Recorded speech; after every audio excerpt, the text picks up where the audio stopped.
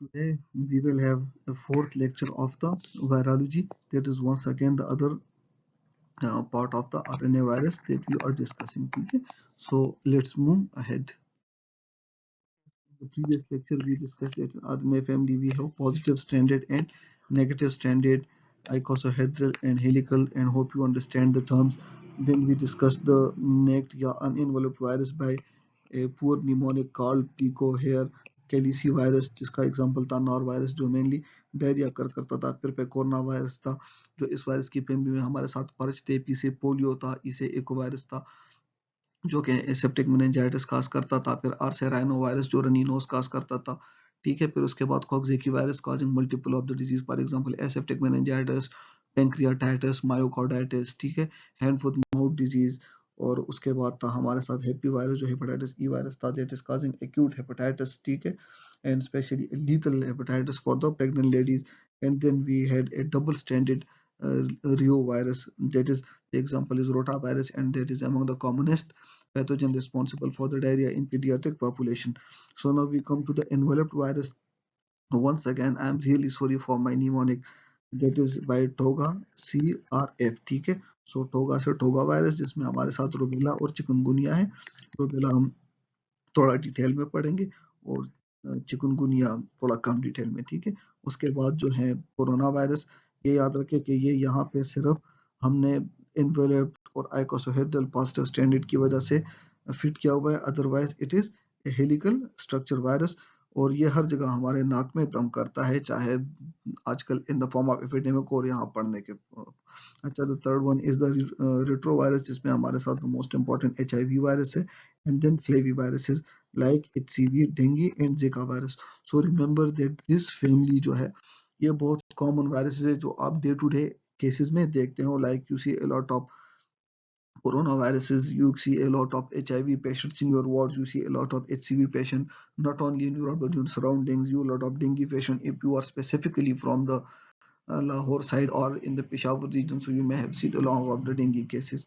So let's discuss this important topic. So the first group is toga virus. तो toga virus वही RNA virus है। तो single stranded होगा positive sense से, मतलब इसका अपना जो RNA है that acts as a messenger RNA जो कि रेडी है to make proteins. Linear structure है और आइकोसाहेड्रल है। अगर हम ये बनाना चाहें तो ये हमारे साथ आइकोसाहेड्रल स्ट्रक्चर हो गया, इसमें सिंगल स्टैंडर्ड RNA हो गया। और आउटसाइड ये एनवेलप ये स्पाइक्स प्रोटीन हो गए। ठीक है, और आप इसको वो बनाना चाहो तो इट बिकम्स स्पाइक्स प्रोटीन। अच्छा, इसके two important disease causing bugs जो हैं, एक है चिकनगुनिया वायरस और दूसरा है रुबेला वायरस। चिकनगुनिया के ये याद रखें कि ये कभी कभी को इन्फेक्शन करता है विद डेंगू वायरस, और इसका मेन मैनिफेस्टेशन जो होता है वो है joint involvement in the form of arthralgia. ठीक है, सेवियर अर्थरेल्जिया काज करता है, लेकिन हेमरेजिक मैनिफेस्टेशन इसकी एज सच नहीं होती। जबकि रुबेला जो है, इसके टू डिजीजेस याद रखने, एक है जर्मन मीजल्स, ठीक है, और दूसरा है कंजेनिटल रूबेला सिंड्रोम जिसको CRS बोलते हैं। दोनों का एक ट्रायड है। जर्मन मीजल का ट्रायड ये है कि पोस्ट ऑरिकुलर लिम्फेडेनोपैथी, ठीक है, लिम्फ नोड्स। अच्छा, मैक्यूलोपेपुलर रैश, और that rash is mainly described as blueberry muffin rash. ठीक है, और साथ में fever, posterior auricular lymphadenopathy and mucopapillary rash. Don't forget to click on German measles. अच्छा, congenital rubella syndrome के तीन components हैं। एक है deafness, that is sensory hearing loss, ठीक है। दूसरा है congenital heart disease, mainly PDA, and the third one is cataract. So congenital rubella syndrome and German measles are the two main disease manifestation of the rubella. Arthritis is the main manifestation of chikungunya virus, and that is usually in the form of co-infection with dengue virus. And one thing more, that it is most common in um, Haridwar and Rishikesh areas of the India. So जो हमारे लोग most of them जब India Rishikesh जाते हैं या हरिद्वार जाते हैं, when they come back and if they have joint environment fever, so that is most likely chikungunya virus, which is often mistreated by us as dengue fever. Okay, so now we have to discuss our pandemic bug, that is coronavirus. ठीक है, तो इसमें once again वो simple सारी बातों के envelope है, single standard है, पॉजिटिव सेंस है, linear है, and hope you understand these terminologies. The only thing different in coronavirus from the rest of this group is that it is helical in structure. अगर हम इसका structure draw करना चाहें तो हम ऐसा एक ट्यूबुलर स्ट्रक्चर ड्रा करेंगे, that becomes capsid, और inside this capsid is RNA, ठीक है। इसके ऑल अराउंड जो है एनवलप, क्योंकि ये एनवलप वायरस है, और इसके ऊपर स्पाइक प्रोटीन्स होते हैं, ठीक है। अच्छा, ये प्रोटीन्स क्या करते हैं, they interact with the host cell, और होस्ट सेल के साथ ये किस रिसेप्टर के थ्रू इंटरेक्ट करेंगे, ये इंटरेक्ट करेंगे angiotensin converting enzyme receptor, specifically angiotensin converting enzyme two receptor on the cell membrane, ठीक है। और फिर इसके सिम्टम्स एंड साइंस क्या मैनिफेस्ट होंगे, तो वही simple initially common fever, dry cough, shortness of breath, और anosmia, like example loss of sense of smell and loss of taste, these are the common sign and symptoms. तो वो fever वो तो हो गया, इसमें हम इम्पोर्टेंट सिर्फ loss of smell slash sensation of taste, ये लॉस हो जाती है, ठीक है। फिर जो इसके कॉम्प्लिकेशंस है, तो इसके इम्पोर्टेंट कॉम्प्लिकेशन मेनली एक तो ये है कि ये रिस्पायरेटरी फेलियर करता है, ठीक है। दूसरा इसका जो इम्पोर्टेंट कंपोनेंट है वो है साइटोकाइन स्टॉर्म और साइटोकाइन रिलीज सिंड्रोम, और इसी रिलीज सिंड्रोम के लिए एक ड्रग यूज होता है, टू प्रिवेंट करने के लिए ड्रग यूज होता है, दैट इज डेक्सामेथासोन, ठीक है।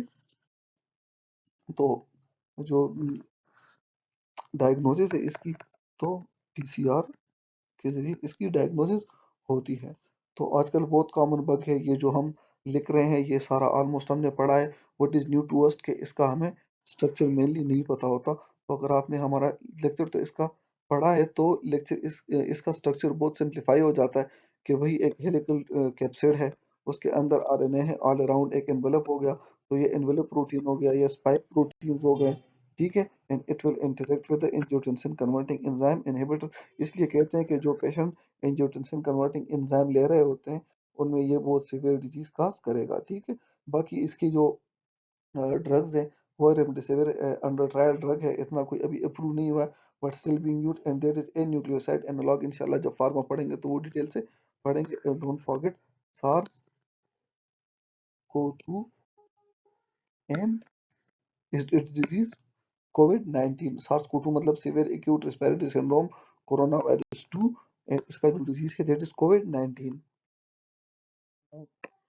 रिट्रोवायरस, तो रिट्रोवायरस हमें पता है कि हमारे साथ दो हैं, एक है HTLV और एक है HIV।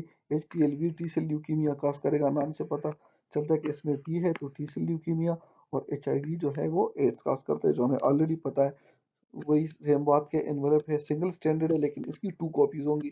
पॉजिटिव स्टैंडर्ड रैंक है आइकोसाहेड्रल विद कॉम्प्लेक्स कोनिकल शेप, ठीक है, and have reverse transcriptase. Reverse transcriptase क्या है, कि लेट्स सपोज ये एक आरएनए है, और इसके साथ ही रिवर्स ट्रांसक्रिप्टेज है, तो लेट्स सपोज ये 2 कॉपीज पड़ी हैं इसकी, ये रिवर्स ट्रांसक्रिप्टेज है और ये आरएनए है, तो ये इसको कन्वर्ट कर देता है डबल स्टैंडर्ड डीएनए, और ये डबल स्टैंडर्ड डीएनए जो है, ये फिर होस्ट का जो डीएनए है उसमें इनकॉर्पोरेट हो जाता है, एंड कॉज इट्स इन्फेक्शन। अच्छा, ये मेनली इन्फेक्ट कौन से सेल करता है, तो ये CD4 टी सेल्स, और टी में ये CD4 इन्फेक्ट करता है, ठीक है। सो इट्स रिसेप्टर जो है मेनली इंटरेक्ट विद CD4। अगर इसका हम स्ट्रक्चर बनाना चाहें, तो वंस अगेन आइकोसाहेड्रल है तो आइकोसाहेड्रल बना देंगे, ठीक है। इसके अंदर 2 आरएनएस बना देंगे, मेक एनवलप अराउंड इट, तो ये एनवलप प्रोटीन हो गया इसका, ये इसका कैप्सिड प्रोटीन हो गया, ये इसका आरएनए हो गया, और सरफेस पे वही ग्लाइकोप्रोटीन जिसको हम जीपी से वो करते हैं। फिर इसके डिफरेंट टाइप्स ऑफ ग्लाइकोप्रोटीन्स हैं, तो जो इम्पोर्टेंट हमारे साथ हैं, वो एक यहाँ पे मेम्ब्रेन वाला है जिसको ग्लाइकोप्रोटीन GP41 कहते हैं, और दूसरे को GP120 कहते हैं। फ्लेवी वायरसेस वही इन्वेलप है, सिंगल स्टैंडर्ड है, पॉजिटिव स्टैंडर्ड लॉन्ग है, और आइकोसाहेड्रल है। अगर स्ट्रक्चर हम बनाए तो आइकोसाहेड्रल बनाया, उसमें एक सिंगल स्टैंडर्ड आरएनए बनाया, ठीक है। और अराउंड दैट एनवेलप, और एनवेलप में स्पाइक्स और ग्लाइकोप्रोटीन, ठीक है, जिससे ये होस्ट सेल पे अटैच होगा। अच्छा, HCV जो है इसका फर्स्ट डिजीज काजिंग बग है hepatitis C virus, acute and chronic hepatitis cause करता है and the in result cirrhosis and carcinoma. अच्छा, इसके अलावा जो ये येलो फीवर है, dengue fever, west nile virus fever और जीका वायरस, ये सारे जो हैं ये मॉस्किटो यानी आर्थ्रो पोर्ट से ट्रांसमिट होते हैं, इसलिए इन सबको आर्बो वायरसेस भी कहते हैं। अगर आप आर्बो वायरस वर्ड देख लो तो इसका मतलब ये नहीं कि ये कोई अलग टाइप के वायरसेस हैं, ये फ्लेवी वायरसेस ही हैं, लेकिन ये आर्थ्रोपोड इनको ट्रांसमिट करता है, इसलिए इनको आर्बो वायरसेस कहते हैं। और इनका कॉमनेस्ट आर्थ्रोपोड जो है वो है एडीज। ठीक है, and the people of Lahore may be too much familiar with aedes aegypti. Now come let's come to yellow fever. तो once again aedes aegypti transmit करता है। It is the most common mosquito borne या viral infection transmitted by mosquito. ठीक है, इसके three main forms होते हैं। एक होता है डेंगू फीवर, जिसमें सिंपल डेंगू फीवर होता है और इसके साथ कॉन्स्टिट्यूशनल सिम्टम्स होते हैं, जैसे कि headache, myalgia, arthralgia and low neutrophil count. इसके बाद आ जाता है डेंगू हेमरेजिक फीवर। तो बीच में हेमरेज आ गया तो इसका मतलब ये है कि वही डेंगू फीवर होगा लेकिन उसके साथ ब्लीडिंग होगा, प्लाज्मा लीकेज होगा, थ्रोम्बोसाइटोपिनिया, एक्सट्रीमली हाई और लो हेमाटोक्रिट, सो लो प्लेटलेट्स, एक्सट्रीमली हाई और लो हेमाटोक्रिट होगा। और उसके बाद आ जाता है डेंगू शॉक सिंड्रोम। तो शॉक का मतलब ये है कि प्लाज्मा लीकेज इतना ज़्यादा हो जाता है कि the patient goes into collapse. ठीक है, and ultimately may result in the death. So ये थ्री स्पेक्ट्रम जिसके याद रखें कि dengue fever, dengue haemorrhagic fever and dengue shock syndrome are the three different spectrum of the same disease. ठीक है, once again PCR serology से diagnose होता है। और ये बात याद रखें कि हमने पहले भी पढ़ा है कि डेंगू जो है कभी कभी coinfection with chikungunya is possible. इसके बाद है येलो फीवर। तो येलो फीवर का जो वायरस है, once again it is transmitted by Aedes aegypti. और येलो फीवर का एक, मैं इसका कलर चेंज करा दूं, येलो फीवर जो है इसका ये याद रखें कि इसमें ब्लैक वोमिटस होगा, वही फीवर होगा, वही ब्लीड होगी, लेकिन ब्लैक वोमिटस आप लोगों ने नहीं भूलना है to pick in the exam. अच्छा, ये जरा मैंने ये डेंगू फीवर येलो के सामने लिख दिया, लेकिन प्लीज आप लोग इसको ये ना समझे कि मैंने येलो फीवर की मैनिफेस्टेशन लिखी है, ये डेंगू की ही मैनिफेस्टेशन है। अच्छा, वेस्ट नाइल वायरस जो है इसके बारे में सिर्फ इतना ही याद रखें कि ये मेनिंगो इंसेफेलाइटिस करता है और प्लेसमेट पैरालिसिस काज करता है। And the last virus in this category is Zika virus. ठीक है, तो Zika virus once again mostly transmitted by Aedes mosquito bite. ठीक है, और ये क्या काज करता है, ये काज करता है लो ग्रेड फीवर और उसके साथ कंजंक्टिवाइटिस। अच्छा, it also causes a syndrome that is called zika syndrome. ठीक है, और जीका सिंड्रोम में क्या होता है, there is been enlargement of the ventricles that is called ventriculomegaly below the cortical area जो है सेरेब्रम का, वो कैल्सिफाइड हो जाता है, इसको सबकॉर्टिकल कैल्सिफिकेशंस कहते हैं। और क्लिनिकल फीचर्स में एंड में microcephaly, ocular abnormalities and motor abnormalities होती हैं, लाइक स्पास्टिसिटी एंड आखिर में फिट्स भी होते हैं।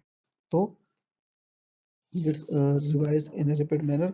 HCV acute and chronic infection। Yellow fever जो है येलो फीवर काज करता है जिसमें ब्लैक वोमिटस होता है, बाकी वही फीवर के मैनिफेस्टेशन होते हैं। डेंगू थ्री स्पेक्ट्रम होता है, dengue fever, dengue haemorrhagic fever and dengue shock syndrome. Dengue fever में फीवर विद कॉन्स्टिट्यूशनल सिम्टम्स होते हैं with neutropenia. Dengue haemorrhagic fever में ब्लीडिंग होता है, लो प्लेटलेट्स, लो और हाई हेमाटोक्रिट होता है। और डेंगू शॉक सिंड्रोम में सर्कुलेटरी कोलैप्स होता है because of the plasma leakage. West nile virus जो है इंसेफेलाइटिस और प्लेटलेट पैरालिसिस काज करता है। Same aedes aegypti, aedes sorry mosquito इसको ट्रांसमिट करता है। जीका वायरस में इनिशियली एक लो स्पेक्ट्रम डिजीज होती है जिसको हम लो फीवर और कंजंक्टिवाइटिस जिसकी प्रेजेंटेशन होती है and itchy rash, please don't forget that. And sometime there is a severe form that is called zika syndrome, जिसमें हमारे साथ विंटर के लिए subcortical calcification, microcephaly, ocular abnormalities and motor abnormalities होती है। याद रखें कि ये जीका वायरस जो है it is also vertical transmission इसकी पॉसिबल है, like transmission from the mother to the baby and can result in abortion. With this we come to the end of this lecture. Thank you very much.